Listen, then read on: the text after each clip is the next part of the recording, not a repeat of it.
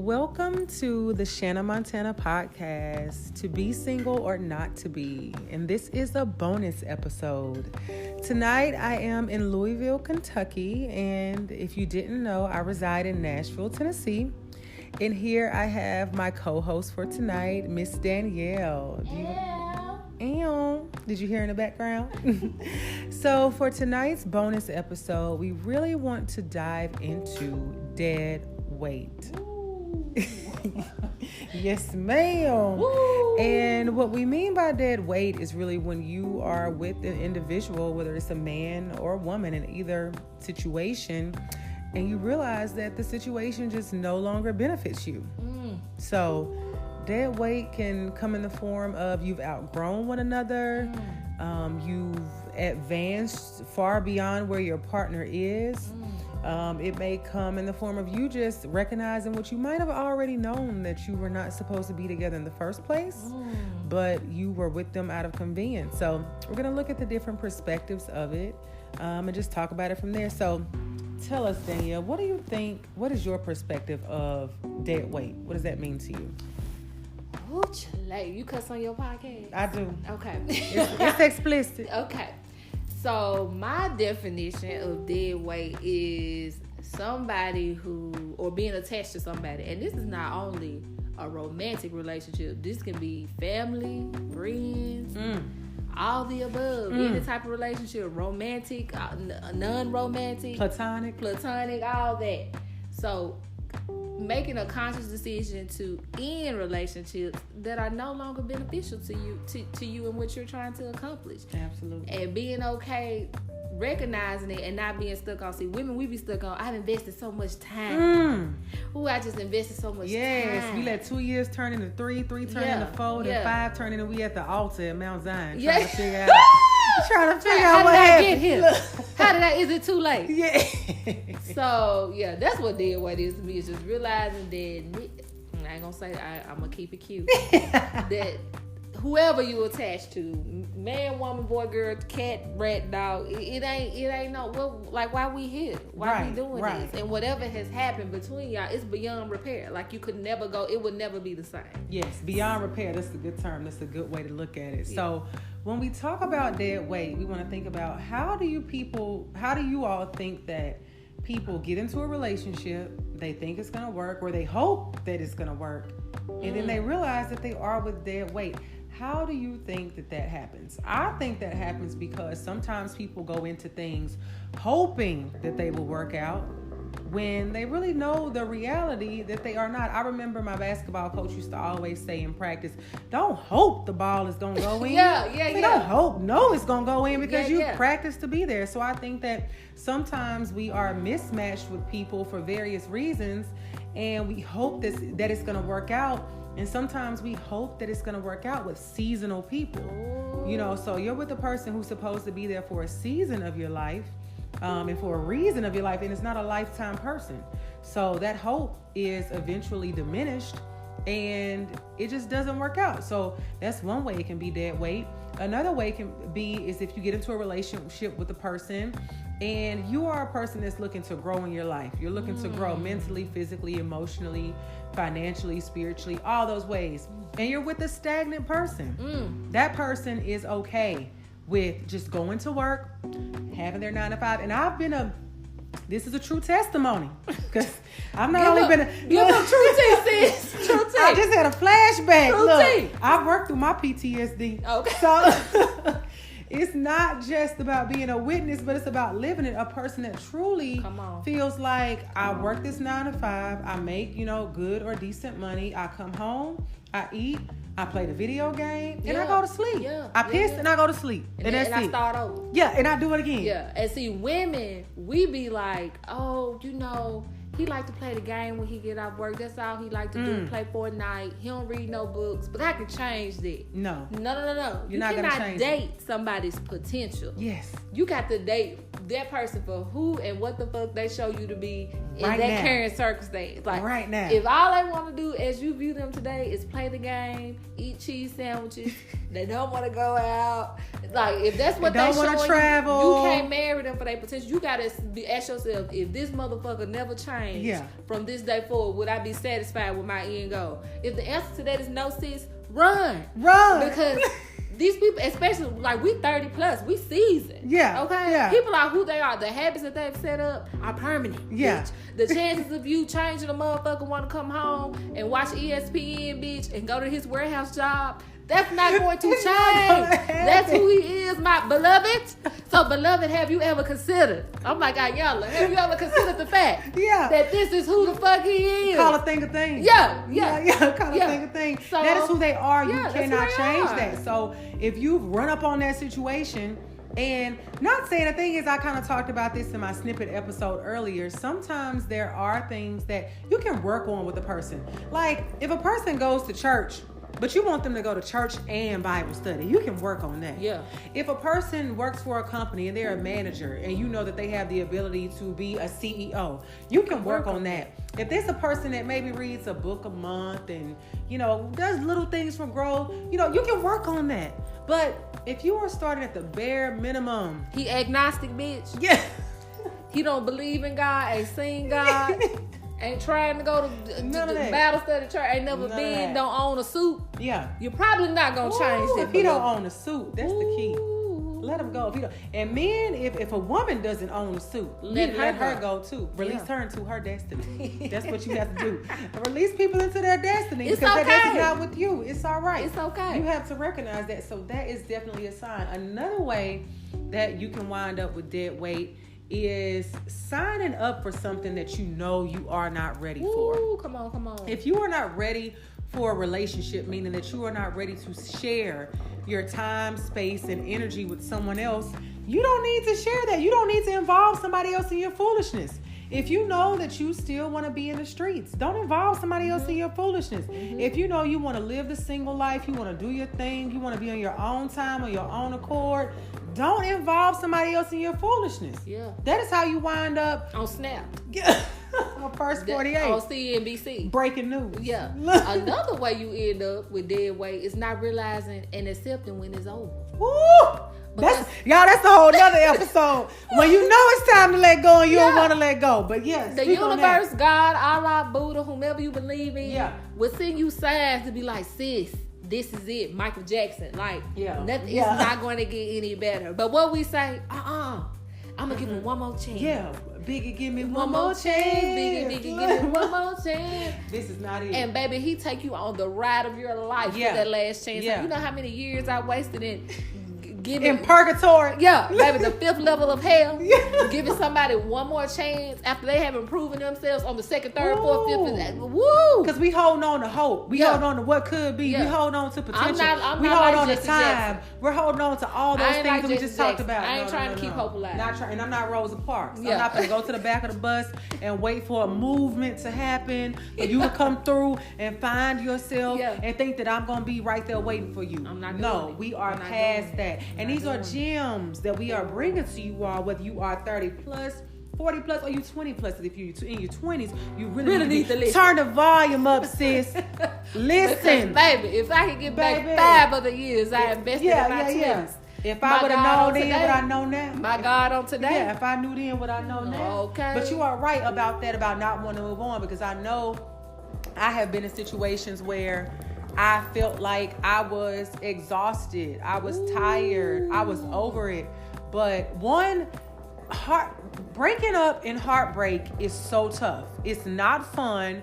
Nobody wants to go through it. It does not feel good. It can take a toll on you. There are no positives that come with it in most situations. And so I'll speak to a situation I was in where I knew it was over. I knew it was time to let go. This person had showed me 11 signs on why I needed to cut him off. Ain't nothing to cut that bitch off. Look, it was so many signs, but I stayed on. Number one, I stayed because I just did not want to go through that grieving process.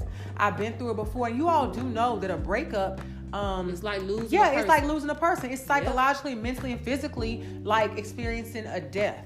And I did not want to go through that. Then also, I would think about the time that we had spent, which time is nothing. Because like we said earlier, 2 turns into 3, 3 turns into 4, 4 turns to you at the altar begging for, the Lord to deliver you. And then it was just like, I don't feel like getting to know anybody again. I don't want to know what's your favorite food, your favorite color. I just didn't feel like going through it again. So it was all these variables that were stacked up against me. But once I did it, when I tell y'all, the day that it happened, there was this weight lifted off of my chest. Like the angels from the high heavens came in and said, sis, we've been waiting on you. We've been waiting on you. The angels clean house. They get better to clean up woman, baby. The angels was the clean up woman. Yes, they came in like, we've been waiting on you. And it was the greatest feeling, I think, because I had already mourned the process. I had grieved it. I knew that I needed to go. I had worked it out, had thought it through. And it really was just like the mental space. And once I let it go, it was like this huge weight was lifted off my shoulders. And I was so glad that I did it. But I know that I carried around that dead weight when I definitely should not have. So when we think about this from the perspective of we'll look at it from, of course, always on this podcast, from a single perspective and from a relationship perspective. I think that from the relationship perspective, it goes into the things we talked about. Dead weight, you don't want to carry it just because of time. You don't want to carry it because of the energy you put in. You don't want to waste that energy there because of you think you like the person, or you hope that it'll work out when you know that all those things are not necessary. But also from the perspective of a single person, I think that you have to ask those questions when you are preparing to get into a relationship, or if you're dating somebody, to find out, honestly, why did that relationship not work? And hopefully the person that you are dealing with will be honest with you to let you know, it was me. I wasn't willing to grow. It was me. I didn't, want to work on my spirituality. It was me. I wasn't faithful. Or, if they are going to say it was her, or it was him, you have to make sure that you are willing to dig deeper so that you do not fall victim. Come on. Yes, to the same situation. If you are not willing to ask those hard questions, because a lot of times we don't want to ask those hard questions because we have a fear that we're going to run the man or woman off. But if asking questions is going to run a brother off, you don't want him anyway. Okay. You want somebody who's up for the challenge. You want somebody who's okay with being vetted like they trying to get into the FBI. Okay. So, and the longer you hold on to dead weight, the longer you got to wait for your blessing. Ooh. Because see, if you go ahead and let it go, honey, and move on, what's meant for you will not miss you. Yes. So if you try to hold on to these things and these people, you ain't doing nothing but studying your own growth, because you already know. Because in our head, women, we break up with you in our mind before we physically, like in our head, we ain't together. Yeah.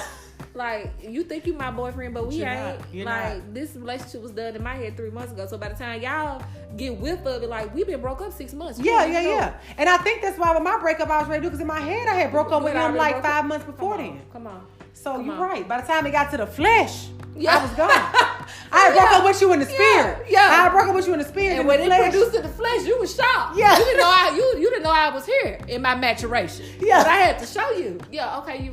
So here's where it is. Yes. And by that point, I'm the 10 woman. I don't care what you do. I'm not fazed by tears. I'm not fazed by pleas. Nothing. I'm not fazed by by your homelessness. I'm not fazed by you being embarrassed. I ain't fazed by none of that shit. Nothing. 6 months ago I broke up with you. You had no clue. So at this point, it's nothing that you can say in order to get back in my good graces. Y'all better cut these people off, baby. They stun you, because the moment, I'm tell you something. My moment was when I turned 31, and I looked around, and I looked at what I was dealing with. Folks on the news getting ate up by dogs, robbing, stealing, and killing.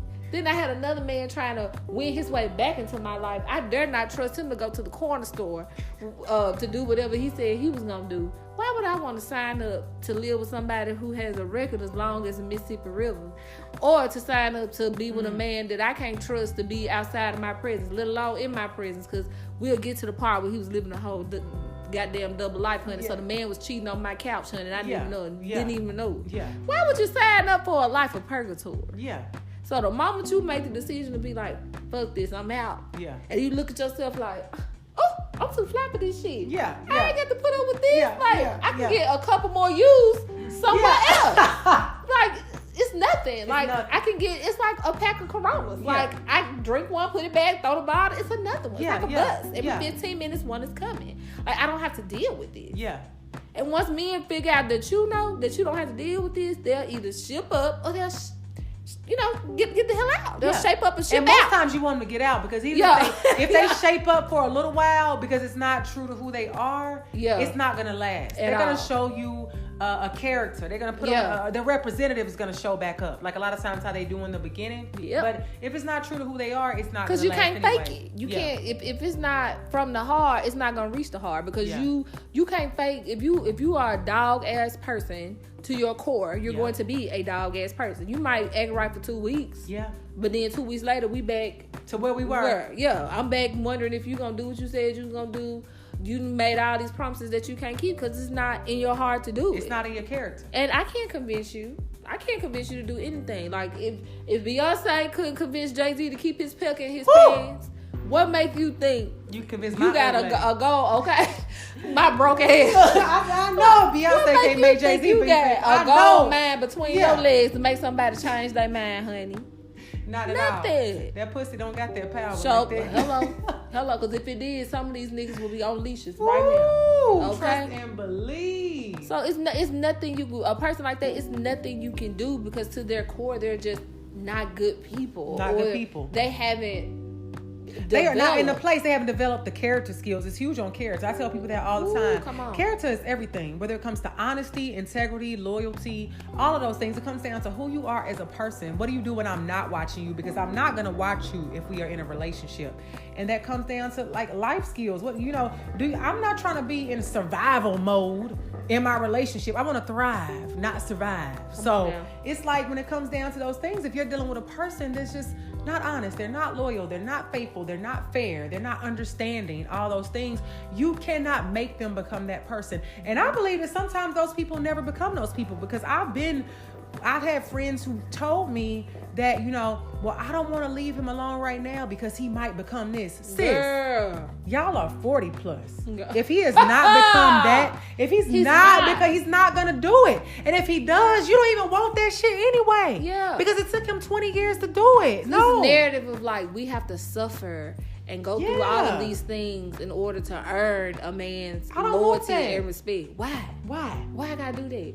Why you got to drag me through the mud for you to finally wake up one? I had a man call me, you know what? I didn't realize what I had. It was just so easy when I was with you. You don't say. Yeah. You don't say. Yeah. But you know what? Keep that dream. Yeah. Keep that same energy over there. Yeah. And whatever you packaged up in sell it to the next bitch. Yeah. Because I don't want it. Like, I don't want to have to go through the muck to prove to you that I love. Like, no. Like, who wants to do that? Nobody wants any part of that. But you are right about that. When people come back and they want to realize what they lost or realize what they messed up on, or I don't want to lose you. Yes, the fuck you do. Because if you wanted to keep me, you would have never done this. The best indicator of change behavior. The best indicator of future behavior. Is past behavior. That's what it is. So if you cheated 3 out of the 5 years that we were together, safe to say, sis, you're going to be on this same bullshit. Yeah. Right. And if he does change, that's an anomaly. And whoever has him can keep him,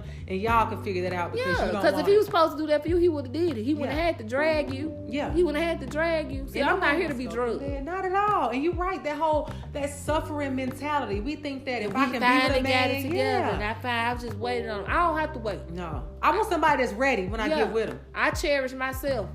I'm like, Janae, I love me for the both of us. Yeah. I ain't gotta.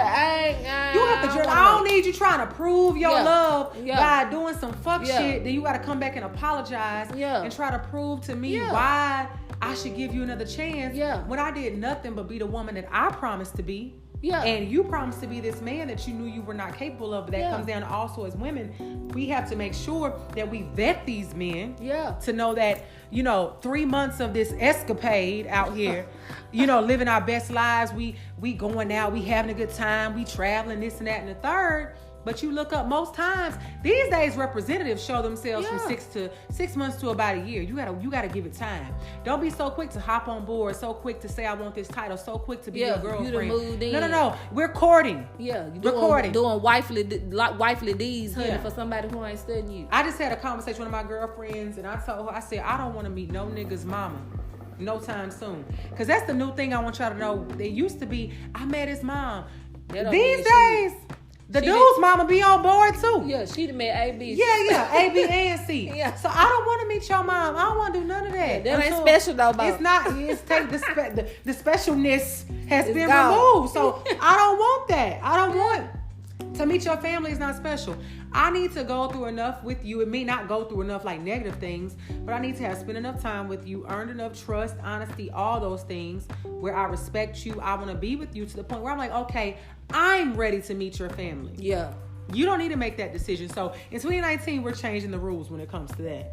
But yeah, that if you don't do those things, you will wind up with dead weight, because you think by month 6, if you've met mom, oh, I'm in there. But he might introduce somebody else to mom. Yeah. Or maybe a mom that it really doesn't hold that much value with her when he brings the girl home, because she knows her son. Yeah. And she's like, okay, hey, it's a revolving door. Yeah. She'll meet another one next week. Yeah. So it's not a big deal. So you cannot hold on to that. So I think that when it comes to dead weight, you have to pay attention to those things, and you have to recognize that you are worth so much more than what you allow yourself to go through. Mm-hmm. You are worth so much more than what you allow a man to pull you through. And I think that when you are single and you are evaluating when and if I'm going to get back into a relationship, you have to evaluate all of those things. I know sometimes when you come from being single for a while, you'll quickly hop back into something that feels good. And it's like those endorphins that come in. If you meet somebody that's attractive, they can make you laugh, they can make you smile, you'll have a good time, you quickly want to make them your man. And it's like, ladies, we have to slow down. We have to recognize, based on all these things we've talked about, do I really want to jump into this with him based on the signs that I'm seeing? Because again, you got to accept them for what they're showing you right now, today. Right now, today. And ask yourself, if he never cleans his credit up, will I be okay? If he never pays his child support on time, will I be okay? If he never stops lying, will I be? If he never stops cheating, will I be okay just to have a piece of a man?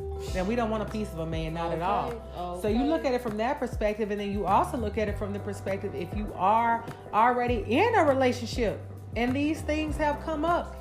What do? We are not out here saying that you have to run right away, but one, you need to do a relationship evaluation. You need to take a look, what is going on with us mentally, physically, spiritually, all the things we talk about, and see, am I winning in these areas? Are we winning in these areas? And it's a constant constant. Like when you get married, like the work doesn't stop. The work really begins because you really feel like, okay, now I'm married, we good. No, beloved. No. You got to keep working. Like relationships are where you got to be leaned in to what's going on with that person. You got to feel, okay, something not right. The energy didn't change. Like you got to be constantly checking in on these things that Shina just talked about. You got to constantly trying to pay attention to what this person is going through, because you are a part of a greater whole now. It's not just about what's going on with you and how you feel today. So marriage is not, okay, we're perfect, we're good. We said I do. Yeah, y'all are still evolving. From the day we said I do, me and DJ are steadily evolving. Like we've changed from November the 11th. Right? So it's a constant like tweaking and working and compromise, and it doesn't stop. Marriage is not like, okay, we good, and it's gonna stay the way it is from whatever day y'all got married. No, the fuck it's not. It does not work that way. Because people change. People every day. People change, they grow, they evolve, and it's up to you to make sure that you are doing that post check on your relationship regularly. So whether you are in just a relationship or a marriage, you have to do those things. Like what things do I need now that I realize, like, I didn't articulate that in the beginning, but now I realize that's something I need. I'll give you a perfect example. When I come in, I instantly start doing stuff, because if I sit down, I'm going to go to sleep. So I instantly start cooking. I instantly start cleaning up, straightening up. So at the beginning of the relationship, I didn't articulate, if I'm up doing something, you need to be up doing something. Yeah. Because this is not Molly the maid. And so I was mad at DJ. Hi, maid. Yeah. Hey, maid. Hey, maid. Yeah. I'm mad at DJ because I'm looking like he on the couch watching ESPN. I ain't even said to this man, when I'm up doing something, You need to be up doing something. So when I said that, okay, it's no problem. Like, I can expect him to read my mind, but like, I didn't need that, or that wasn't even on the forefront of my agenda before we moved in together. Like, because I was used to doing it all myself. I was a single woman. I cleaned up my own goddamn house. But guess what? It feel a little different when it's a motherfucker sitting on the couch, watching you sweep, mop, cook, clean up, iron. That's dead weight. Yeah, fix hookah. You like, no. You got to get up and get busy. You got to find a task. Let me assign you a task. Yeah. But and that's all about the communication. I think that's really important, because if you are a person like that, I can only imagine if you working that hard, you coming in, you doing what you're supposed to do, and your man feeling like he king of the castle. I mean, I don't care if you out here making LeBron James money. You up too. Yeah. It's all the same. We you up working together. with me. We up together. We up with the real Molly the maid. Up here doing something. I'm doing something, you do. It's one day, you got Mondays and Wednesdays, I got Tuesdays and Thursdays. You know, it's your time to fold clothes. I wash them. Yeah. But you can't hold all the information. You have this in your mind, idealistic relationship, or this fantasy about like what you think relationships supposed to look like, and you ain't even communicated none of that to your partner. You just think like they just supposed to know. And no. Let me tell you something. These men do not know. They cannot read your mind. They'll be thinking you mad at something totally different. You'll be like, what the fuck are you talking about? I'm mad about you left this damn cup in the sink. Yeah. They thinking you mad because he came home through it's something totally off balance, off key. Yeah. But so you have to y'all haven't discussed it. Communication is going to be the key. You cannot assume. So dead weight. If you can't communicate with this person, it will turn into dead weight. You gotta cut them off. Yeah. I had an ex, baby. I be talking to him. He be looking at me like the Tin Man. Eyes ain't blinking, mouth ain't moving. I might wide open. Just looking at me like one of them people on Us. Eyes wide open. You ain't blinked in 30 seconds. I ain't blinked in 30 seconds. And I'm like, am I speaking Farsi? Like, what's going on? Like, you're confused. Like, I know I'm not speaking Mandarin. Yeah, do you know how that would enrage you, honey? If you're looking at somebody and they looking at you stale face, like you talking, you speaking goddamn Spanish, honey, you will light a cigarette lighter under their feet while they're sleeping, set them ablaze in the bed with their mattress and their comforter, honey. That will enrage you. So if I can't communicate with you, you're dead weight. Yeah. Because I'm gonna smack you. Yeah.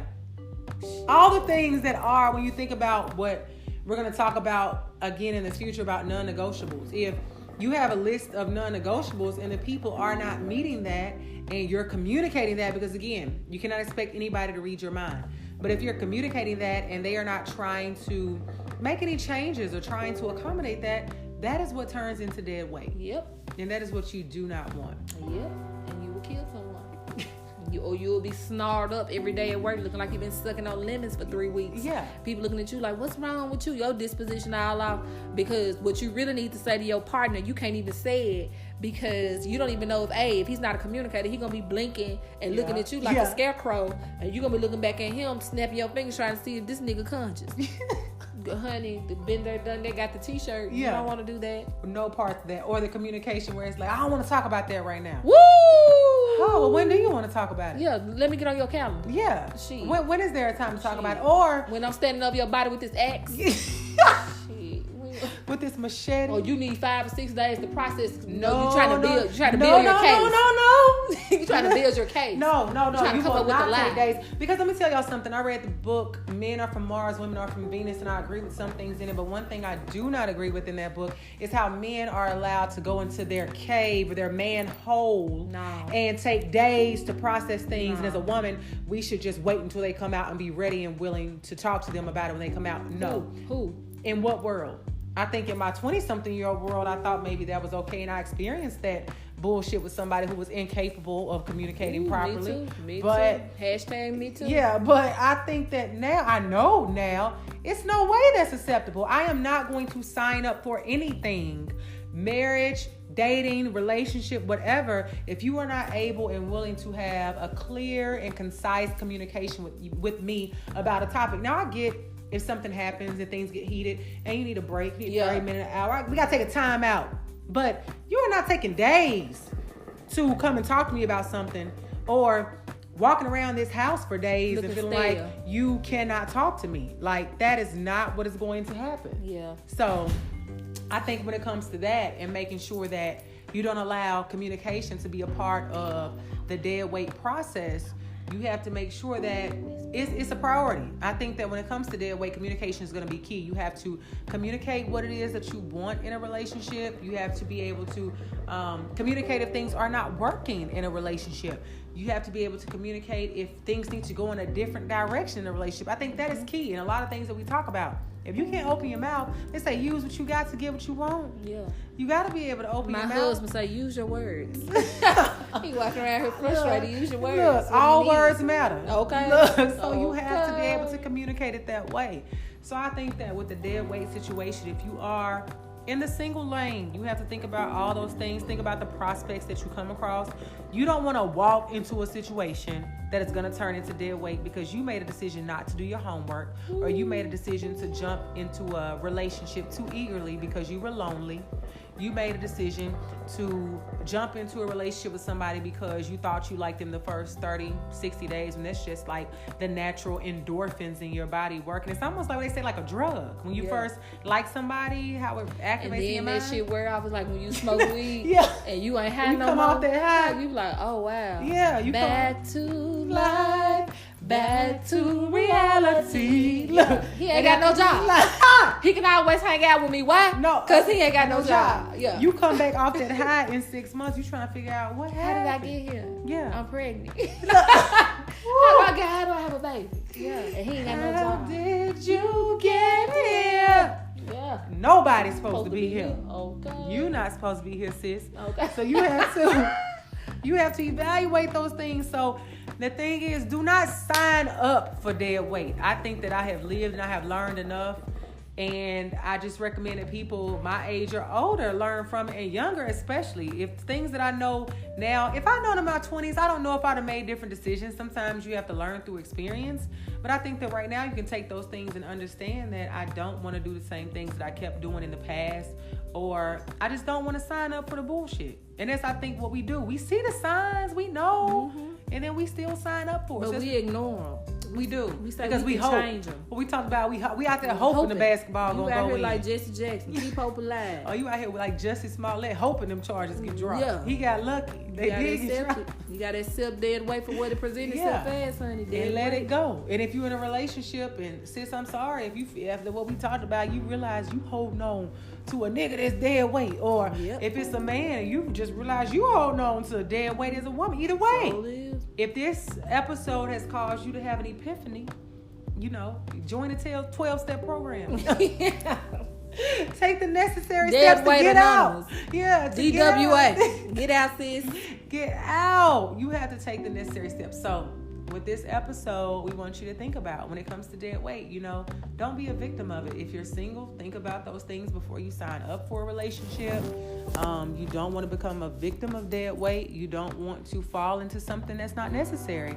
But if you are in a relationship, you have to evaluate, am I in a situation that is dead weight, and what do I need to do to get out? So at the end of this, like we always say, to be single or not to be, the decision is yours. And we hope that on this podcast, you are able to have some help in making the right decision. So we thank our guest, Danielle, for coming on and talking to us. She'll be back soon. And we thank you guys for listening. Bye.